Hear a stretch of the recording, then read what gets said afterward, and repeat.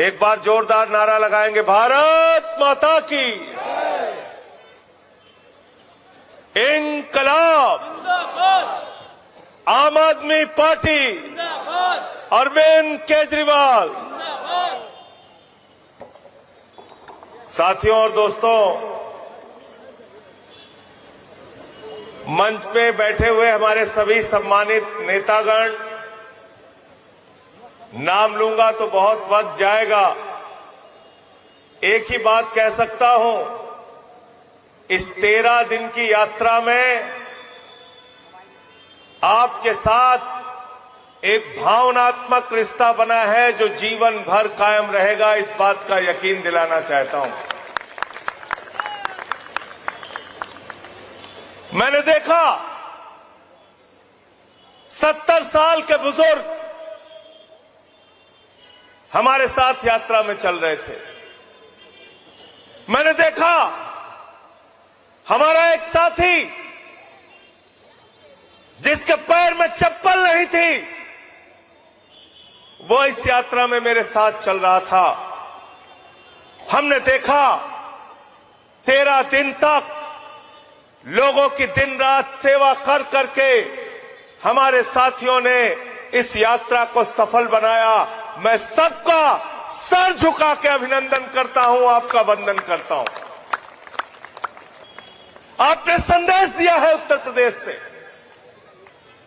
कि जब सत्ता बेलगाम हो जाए, तानाशाह देश के ऊपर राज करता हो, तानाशाह उत्तर प्रदेश में राज करता हो, तो अपने घरों में हम चुपचाप नहीं बैठेंगे, सड़क पर उतरेंगे, लड़ेंगे और जीतेंगे। आज मैं प्रयागराज की ऐतिहासिक धरती पर हूं। यह किसकी जमीन है? यह जमीन है शहीद चंद्रशेखर आजाद की, जिन्होंने कहा मैं अंग्रेजों की गोली से नहीं मरूंगा, अपनी गोली से भारत माता के लिए अपने प्राणों की आहुति दूंगा। कल्पना कीजिए उनके बलिदान के आगे हमारा योगदान कितना छोटा है। कल्पना कीजिए ये प्रयागराज की जमीन, जहां के इलाहाबाद विश्वविद्यालय का ऐसा स्वर्णिम इतिहास है कि इस विश्वविद्यालय से देश के राष्ट्रपति भी निकले, देश के प्रधानमंत्री भी निकले, कई राज्यों के मुख्यमंत्री निकले और अपने ही नहीं, नेपाल के भी प्रधानमंत्री इसी विश्वविद्यालय से निकले। कल मेरा मन बहुत गदगद हुआ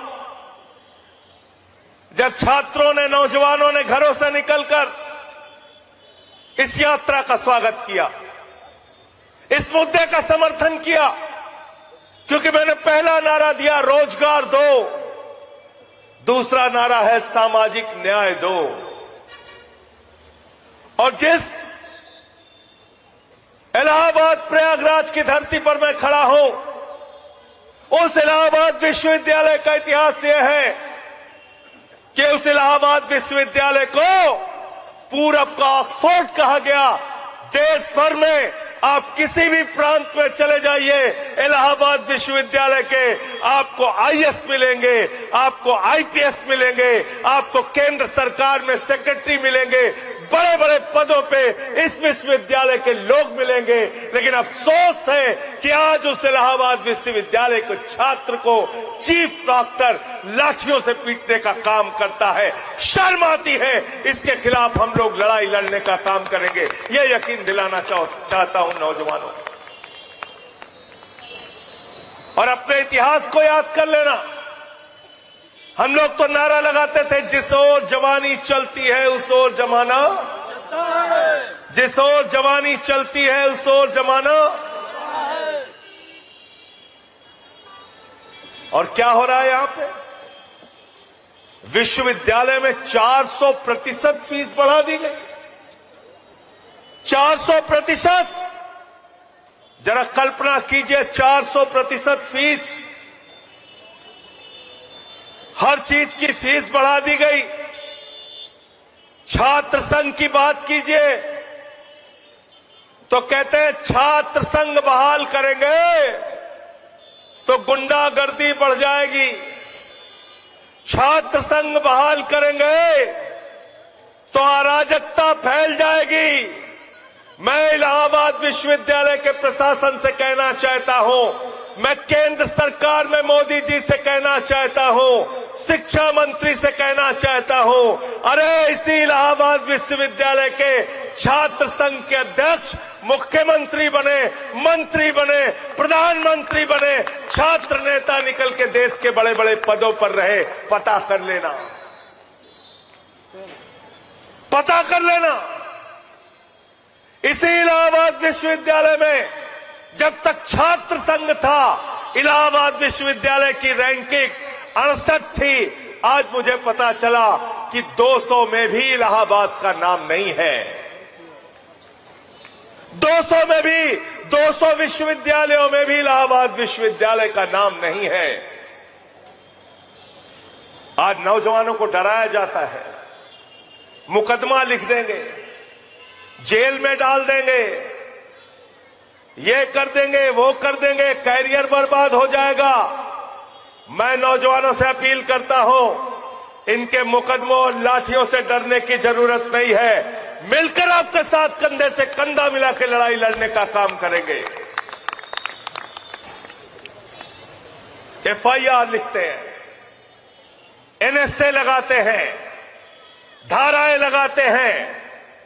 बेरोजगारी के खिलाफ आप बोल नहीं सकते, पेपर लीक के खिलाफ आप बोल नहीं सकते। उत्तर प्रदेश में एक पेपर लीक की सरकार चल रही है। सिपाही की भर्ती हो, पेपर लीक हो जाता है, दरोगा की भर्ती हो, पेपर लीक हो जाता है, शिक्षक की भर्ती हो, पेपर लीक हो जाता है, एसएससी की भर्ती हो, एग्जाम हो, पेपर लीक हो जाता है, हाई स्कूल इंटर का पेपर लीक हो जाता है, पीसीएस जे का पेपर लीक हो जाता है। एक पेपर लीक सरकार चल रही है। मैं पूछना चाहता हूं, ये पेपर लीक क्यों हो रहा है? पेपर लीक इसलिए हो रहा है कि सरकार और सत्ता में बैठे हुए लोग कमीशन खाते हैं, रिश्वत खाते हैं, नौकरियां देने के नाम पर नौजवानों को लूटने का काम करते हैं। ये पेपर लीक बंद होना चाहिए। इसके खिलाफ भी हम लोगों को मिलकर लड़ाई लड़ने का काम करना है। जिंदाबाद जिंदाबाद भैया जिंदाबाद जिंदाबाद जिंदाबाद। आप कल्पना कीजिए, एक नौजवान को उसके मां बाप कितनी उम्मीदों से इलाहाबाद विश्वविद्यालय में पढ़ने के लिए भेजते हैं, पेट काट के पढ़ाते हैं, कोचिंग दिलाते हैं, आईएएस पीसीएस की, मेडिकल की कोचिंग दिलाते हैं। हमारा लड़का सेलेक्ट हो जाएगा तो हमारा कैरियर बन जाएगा, हमारे बेटे का कैरियर बन जाएगा, परिवार को संभालेगा। इस इलाहाबाद के अंदर आज की तारीख में नौजवान आत्महत्या कर रहा है बेरोजगारी के कारण। बेरोजगारी एक बहुत बड़ी समस्या है। 2018 से उत्तर प्रदेश में मेरे भाइयों कोई शिक्षक की भर्ती नहीं निकली, चाहे बीटीसी का हो, चाहे बीएड का हो, कोई भर्ती उत्तर प्रदेश में नहीं हो रही है। स्कूल बंद किए जा रहे हैं सरकारी। उसके खिलाफ कौन लड़ा? जब योगी बाबा ने उत्तर प्रदेश के सरकारी स्कूलों को बंद करने का फैसला किया तो उसके खिलाफ लड़ने का काम आम आदमी पार्टी के कार्यकर्ताओं ने किया।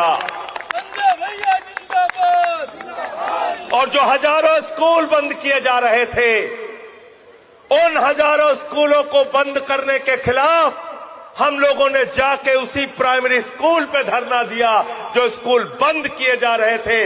बाबा को मजबूर होना पड़ा और स्कूल बंद करने का फैसला वापस हुआ। लेकिन आज भी बहुत सारे स्कूल बंद हो रहे हैं। उसकी लड़ाई कौन लड़ेगा? हम लड़ाई लड़ेंगे उसकी।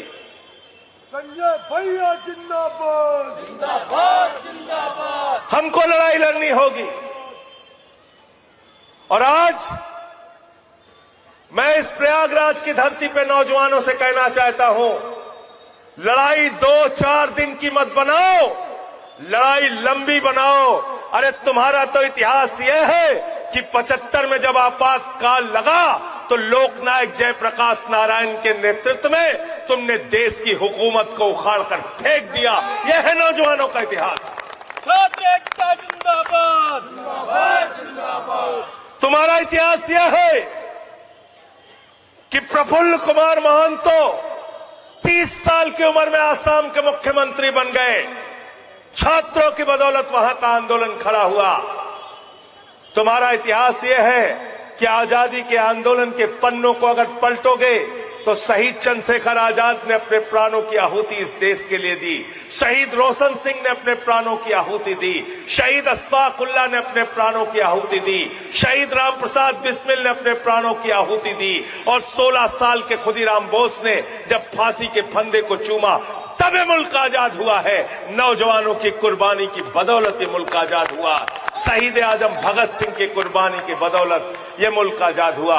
आज तुम उन नौजवानों को डराते हो मुकदमों से डराते हो। कहते हो मोदी जी आ गए हैं, डरिए। योगी जी आ गए हैं, डरिए। अरे डरने से काम नहीं चलेगा, लड़ना पड़ेगा। जीना है तो मरना सीखो, कदम कदम पे लड़ना सीखो। लड़ना पड़ेगा आपको अपने अधिकारों के लिए, लड़ना पड़ेगा आपको रोजगार के लिए। आपको क्या मिल रहा है और अडानी को क्या मिल रहा है, कभी जरा सोचो। अभी मैं बिहार गया था, 1 रुपए में अडानी को 1050 एकड़ जमीन सरकार ने दे दिया। कितने में? 1 रुपए में कितनी जमीन दिया? और उस जमीन पे 10 लाख पेड़ लगे थे आम और लीची के। एक आम खरीदने जाओगे तो 1 रुपए में नहीं मिलेगा, लेकिन अडानी को 10 लाख आम लीची के पेड़ और 1050 एकड़ जमीन 1 रुपए में मिल जाती है। इसके खिलाफ आपको आवाज उठानी पड़ेगी। नौजवानों, तुम्हारे हिस्से में क्या आ रहा है? तुमको कहते हैं अग्निवीर बन जाओ, 17 साल में सेना ज्वाइन करो, 21 साल में रिटायर हो जाओ। मैं आज इस मंच के माध्यम से कहना चाहता हूं, ये भारत माता के साथ गद्दारी है, ये भारत की सेना के साथ गद्दारी है, ये हमारी सीमाओं के साथ गद्दारी करने का काम है, ये हमारी सेना के साथ गद्दारी करने का काम है। तुम 4 साल की नौकरी दे रहे हो। वाह मोदी जी वाह, आपको 75 साल की उम्र में तीसरी बार प्रधानमंत्री बनना है और किसान का बेटा जवान 17 साल में जवान बनेगा, 21 साल में रिटायर हो जाएगा, बाप नौकरी करता रहेगा, बेटा रिटायर हो जाएगा। ये व्यवस्था हमें मंजूर, ये व्यवस्था हमें मंजूर नहीं है। तो इसके लिए लंबी लड़ाई लड़नी पड़ेगी। आपको तो कहते हैं अग्निवीर बन जाओ बेटा, -50 डिग्री टेम्परेचर में सियाचिन में जाके ड्यूटी करो और +50 डिग्री टेम्परेचर में जैसलमेर में जाके ड्यूटी करो। अग्निवीर बन जाओ, अग्निवीर। लेकिन अमित शाह का बेटा जो जैसा है, जो मोदी का भतीजा है, उसको मोदी जी कहते हैं तुम आईसीसी के चेयरमैन बन जाओ और पाकिस्तान से क्रिकेट करके हजारों रुपए की, करोड़ रुपए की कमाई करो। ये व्यवस्था हमें मंजूर नहीं है, ये तुम्हारा परिवारवाद हमें मंजूर नहीं है। अभी हमारे साथी जिक्र कर रहे थे बिहार का, परिवारवाद के खिलाफ मोदी जी बोलते हैं। आपको पता है कितने मंत्री बने वहां पे? परिवारों के कितने मंत्री बने?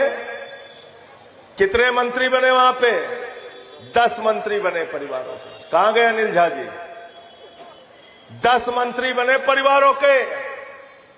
10 मंत्री अलग अलग बीजेपी के और दूसरी पार्टियों के, एनडीए के परिवारों के।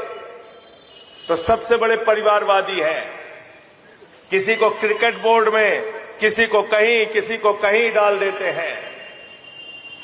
और इसलिए आपसे कहने के लिए आया हूं, आपसे अपील करने के लिए आया हूं कि ये रोजगार का सवाल ये छोटा सवाल नहीं है। आज युवा बेरोजगार है, किसान बेरोजगार है, बुनकर बेरोजगार है, महिलाएं बेरोजगार है, रेहड़ी पटरी वाला बेरोजगार है, रोजगार सेवक बेरोजगार है, आशा बहुएं बेरोजगार है, आंगनबाड़ी वाली बेरोजगार है। सबको इकट्ठा करो और एक बड़ी लड़ाई बनाओ बेरोजगारी के खिलाफ और नारा दो, रोजगार दो, रोजगार दो, रोजगार दो।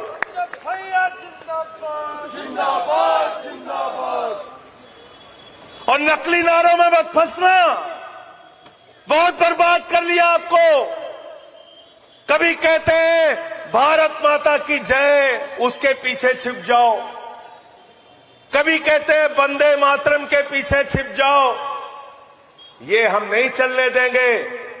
मैं पूछना चाहता हूं मोदी जी आपसे, मैं पूछना चाहता हूं योगी जी आपसे, ये जो हमारा ठेला वाला है, ये जो रिक्शे वाला है, ये जो हमारा मजदूर भाई है, ये जो हमारा किसान है, जिसने संस्कृत की पढ़ाई नहीं की, जो वंदे मातरम नहीं गा सकता, क्या वो देशभक्त नहीं है? अरे वो अडानी से ज्यादा बड़ा देशभक्त है, अंबानी से ज्यादा बड़ा देशभक्त है। श्रम करके, मजदूरी करके वो अपना जीवन चला रहा है, अपने बच्चों का पेट पाल रहा है। नहीं आती उसको संस्कृत में वंदे मातरम का गान करना, उसको नहीं आता है, तो वो देशभक्त नहीं है। आप उसको देशभक्त नहीं मानोगे। आप भारत माता के जय के नारे के पीछे छिपते हो। इनसे कहो बिजली नहीं आती, कहते भारत माता की जय। इनसे कहो नौकरी नहीं मिल रही, कहते भारत माता की जय। इनसे पूछो अडानी को रेल क्यों बेच दिया, कहते भारत माता की जय। इनसे कहो सेल क्यों बेच दिया, कोयला क्यों बेच दिया, गैस क्यों बेच दिया, समुद्र का तट क्यों बेच दिया, एयरपोर्ट क्यों बेच दिया, कहते भारत माता की जय। मैं आपसे कहना चाहता हूं, भारत माता की जय लगा के भारत माता की संपत्ति बेचने वाले भारत माता के कपूत संतान है, सपूत संतान नहीं है। और क्या कहते हैं? कहते हैं जागो हिंदू जागो, जागो हिंदू, जागो हिंदू। ये अनिल झा हिंदू है कि नहीं है? अनिल झा हिंदू है कि नहीं है? ये पवन तिवारी हिंदू है कि नहीं है? ये राजेश यादव हिंदू है कि नहीं है? ये छवि यादव हिंदू है कि नहीं है? ये नीलम यादव हिंदू है कि नहीं है? ये दिनेश पटेल हिंदू है कि नहीं है? ये सामने बैठने वाले सारे ये हिंदू है कि नहीं है? ये नौजवान हिंदू है कि नहीं है? ये नौजवान कहता है हम जाग गए हैं योगी जी, हमको बताओ तुमने सिपाही की भर्ती में घोटाला क्यों किया? जागे हो कि नहीं भाई? जागे हो ना? ये किसान भी हिंदू हैं। ये जागो हिंदू जाग गया। ये किसान पूछ रहा है, ये चौधरी सुरेंद्र भी हिंदू है, ये जाग गए, ये पूछ रहे बताओ तुम खाद की एक बोरी के लिए हमें लाठियों से क्यों पिटवाते हो? हिंदू जाग गया है। ये जनक प्रसाद जाग गए हैं। ये पूछ रहे हैं तुमसे कि तुम बताओ एसएससी के पेपर में लीक करा के कितना माल कमाया, कितना घोटाला किया? जवाब दो, जवाब दो। ये प्रशांत यादव हिंदू है, ये भी जाग गया है, पूछ रहा है आपसे। हमारी बहन राजकुमारी आई है, उसने पुलिस वालों से भिड़ंत की थी, लड़ाई लड़ा था। हम पूछ रहे हैं, हिंदू हैं, कि बताओ तुमने हिंदुओं के बच्चे जहां पढ़ रहे थे उन सरकारी स्कूलों को क्यों बंद किया? बताओ, हम जाग गए हैं, बताओ। नकली नारों में छिपते हो। कभी जागो हिंदू, कभी वंदे मातरम, कभी भारत माता की जय। अरे हम वंदे मातरम भी कहेंगे, भारत माता की भी जय कहेंगे, और हम हिंदू धर्म को भी मानेंगे, लेकिन तुम जैसे काल नेमी लोगों को पर्दाफाश भी करेंगे। ये बहरूपिया बनके जो टहल रहे हो ना, तुम्हारे बहरूपिया चेहरे को हम लोग खोलेंगे का काम करेंगे। कौन चला रहा है हिंदुस्तान को इस वक्त? सिर्फ 4 लोग। लिख के जाओ, कागज पर नाम बताता हूं। देश का प्रधानमंत्री नरेंद्र मोदी गुजरात से, देश का गृह मंत्री अमित शाह गुजरात से, देश की आर्थिक संपत्तियों पे कब्जा, अंबानी गुजरात से, देश की आर्थिक संपत्तियों पे कब्जा, अडानी गुजरात से, ये 4 बनाम 144 करोड़ की लड़ाई है, याद रखना। उसी गुजरात में तो गांधी हुए, उसी गुजरात में सरदार वल्लभ भाई पटेल हुए, उनको हम नमन करते हैं। लेकिन ये गुजरात के 4 लोग ये देश की आर्थिक सत्ता और देश की राजनीतिक सत्ता पे कब्जा किए हुए हैं, ये हमें मंजूर नहीं है। भाई भाई देश बेच के खाई मलाई, देश को लूटने का काम कर रहे हैं। यहां पे एक बिजली मंत्री है, क्या नाम है उनका, एके शर्मा। गर्मी में सब परेशान थे, पहुंच गए, पसीना आ रहा था लोगों को, कहने लगे मंत्री जी, मंत्री जी, मंत्री जी, लाइट नहीं आ रही है, बच्चे रात में सो नहीं पाते। बोले जय श्री राम। भगवान श्री राम ने आपको कहा है कि तुम नाकारे बनो, तुम अपनी प्रजा की सेवा ना करो। भगवान श्री राम ने आपसे कहा है कि बिजली मंत्री के तौर पे तुम बिजली ना दो, फिर हमारा नारा लगा के लोगों को मूर्ख बनाओ। ये झूठे लोग हैं, याद रखना। इसीलिए मैंने इनकी पार्टी का नाम रखा है भारतीय झूठा पार्टी। और एक हमारे प्रधानमंत्री हैं, उनका तो विश्व रिकॉर्ड है झूठ बोलने। जापान जाएंगे, कहेंगे जापान से हमारा पुराना रिश्ता है। चीन जाएंगे, कहेंगे हमारा चीन से पुराना रिश्ता है। बिहार गए, कहने लगे यदुवंश से हमारा पुराना रिश्ता है। बलिया गए, कहने लगे बलिया से हमारा पुराना रिश्ता है। पंजाब गए, कहे हमारा सिखों से पुराना रिश्ता है। ईसाइयों के बीच बोले ईसाइयों से हमारा पुराना रिश्ता है। मुसलमानों के बीच में बोले बोरा कम्युनिटी से हमारा पुराना रिश्ता। सबसे तुम्हारा पुराना रिश्ता है और सबकी जेब काट रहे हो, सबकी जेब काटने का काम कर रहे हो। आज किस प्रकार से सामाजिक भेदभाव फैलाया जा रहा है उत्तर प्रदेश में। एक 70 साल के पासी समाज के बुजुर्ग को पेशाब चटवाई गई, एक कथावाचक का सिर मुड़वा दिया गया, पेशाब पिलाई गई। एक दलित को सोनभद्र में उसके सर पे पेशाब कर दिया गया। एक सीआरपीएफ के जवान को घोड़ी पे नहीं चलने दिया गया। एक हरिओम वाल्मीकि को मॉब लिंचिंग करके हत्या कर दी गई। ये हो रहा है उत्तर प्रदेश में। मुसलमानों का फर्जी इनकाउंटर करते हो, ऐसा समाज हमें नहीं चाहिए। भैया जिंदाबाद जिंदाबाद जिंदाबाद, भैया जिंदाबाद जिंदाबाद जिंदाबाद। उनके घरों पे बुलडोजर चलाते हो, उनके मकानों पे बुलडोजर चलाते हो, दुकानों पे बुलडोजर चलाते हो। इसीलिए हम सरयू से निकले और संगम में आए। हमने संदेश दिया पूरे देश को, पूरे उत्तर प्रदेश को कि जब गंगा, यमुना, सरस्वती, पवित्र नदियां मिलकर आपस में रह सकती हैं, तो इस देश का हिंदू, मुसलमान, सिख, ईसाई, अगड़ा, पिछड़ा, दलित, सवर्ण एक साथ मिलकर क्यों नहीं रह सकता।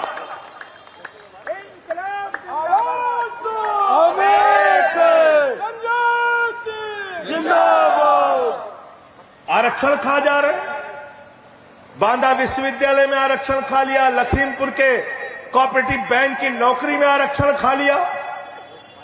हमारे यहां अवधि में कहते बाप पूत गौनार माई धिया बराती, सब घर वालों को सब कुछ सौंप दिया, सब कुछ सौंप दिया। ये सब हम लोग चलने नहीं देंगे, याद रखना। पत्रकार लोग हमसे पूछ रहे थे, संजय जी अभी तो बिहार में ऐसा परिणाम आया है, ऐसे समय में आप यात्रा क्यों निकाल रहे हैं। मैंने कहा था, डॉक्टर लोहिया ने कहा, इस देश के अंदर अगर सड़क खामोश हो गई तो संसद आवारा हो जाएगी। संसद में जो ताना साहब बैठा है उसको जगाने के लिए सड़क को जिंदा रखना पड़ेगा। इसलिए आप सबसे कहना चाहता हूं, आपका नमन करके, आपका वंदन करके, आपका पूजन करके आपसे कहना चाहता हूं, 8 चरणों में ये यात्रा चलेगी, अभी खत्म नहीं हुई है, याद रखना। 8 चरणों में रुहेलखंड भी जाएंगे, बुंदेलखंड भी जाएंगे, पश्चिम में भी जाएंगे, काशी में भी जाएंगे, बौद्ध प्रांत में भी हम जाएंगे। हम सारे जगहों पे जाएंगे और 8 चरणों में इस यात्रा को चलाएंगे। संजय भैया जिंदाबाद। जिंदाबाद जिंदाबाद पवन तिवारी कह रहे हैं बाबा पे कुछ बोले नहीं, एक यात्रा और चल रही है। हमने कहा वो प्रॉपर्टी का काम करता है, उसके बारे में ज्यादा नहीं बोलना चाहिए। अभी उस कह रहा था 25,000 गद्दा चोरी हो गया। कचौड़ी पहले खा लेते हैं लोग। हमारे ये अनुशासित साथी है, इन्होंने पूरे 13 दिन की यात्रा पूरी पवित्रता और ईमानदारी के साथ पूरी की। तालियां बजाइए, इनका स्वागत कीजिए, अभिनंदन कीजिए। आम आदमी पार्टी जिंदाबाद जिंदाबाद। कह रहे हिंदू राष्ट्र बनाना है। मैंने कहा ये देश संविधान से चलेगा, बाबा साहब डॉक्टर भीमराव अंबेडकर के संविधान से चलेगा। हमारी बहन श्रद्धा चौरसिया यहाँ पे बैठी है, इसने एक बार कहा था ये देश किसी बाबा के फरमान से नहीं चलेगा, बाबा साहब के संविधान से चलेगा। और उस संविधान में लिखा है कि भारत एक धर्मनिरपेक्ष राष्ट्र है, और अगर ऐसी कोई कोशिश हुई तो कल को कोई सिख राष्ट्र मांगने लगेगा, कोई तमिल राष्ट्र मांगेगा, कोई तेलुगु राष्ट्र मांगेगा, कोई उत्कल राष्ट्र मांगेगा, कोई तेलंगाना राष्ट्र मांगेगा, कोई बंगला राष्ट्र मांगेगा। पवन तिवारी जी कहेंगे हमारा काशी राष्ट्र घोषित करो, हम कहेंगे सुल्तानपुर को राष्ट्र घोषित करेगा, हम वहीं से राष्ट्रपति बन जाएगा। मिर्जापुर पीछे मांगे लाके तुरंत। ये सब नहीं चलेगा, ये देश को तोड़ने और बांटने की कार्रवाई है। इसलिए सारे मजदूर, किसान, नौजवान, हम सब लोग एकजुट होकर एक साथ मिलकर बेरोजगारी के खिलाफ भी लड़ेंगे और सामाजिक भेदभाव के खिलाफ भी लड़ने का काम करेंगे। जिंदाबाद जिंदाबाद। बाकी यात्राओं में साथ चलोगे कि नहीं चलोगे, बताओ? चलोगे कि नहीं चलोगे? तैयार हो ना?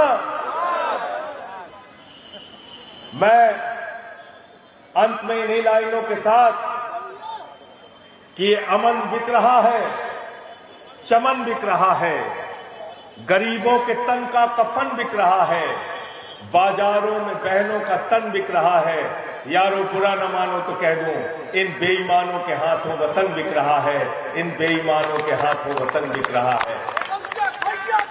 मैं महबूब भाई को बुलाऊंगा, जाएंगे नहीं आप लोग? एक बढ़िया सा गाना सुन के तब जाएंगे। महबूब भाई हमारे कानपुर से बहुत अच्छे गायक हैं।